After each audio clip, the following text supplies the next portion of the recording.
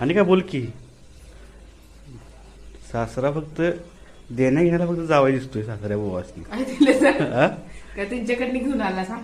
इतर टायमाला दिसत नाही जावाय. मग काय जरा तरी अगं मी म्हणतोय फोन तर मला येतोय पण नसतं पुरगी कुठं आहे पुरगी कुठं आहे. अरे ह्या जावायाकडे पण लक्ष द्या जरा. हं? जावायकडे किती लक्ष द्यायचं? बघ अरे 12 गुंठा जमीन आहे जावयाच्या नावावर करावं हे काय नाही बोलणं येत नाही. हा हा 12 गुंठा जमीन. 12 गुंठा कुठली नसती. अरे काय आता त्यापेक्षा ते जास्त आहे.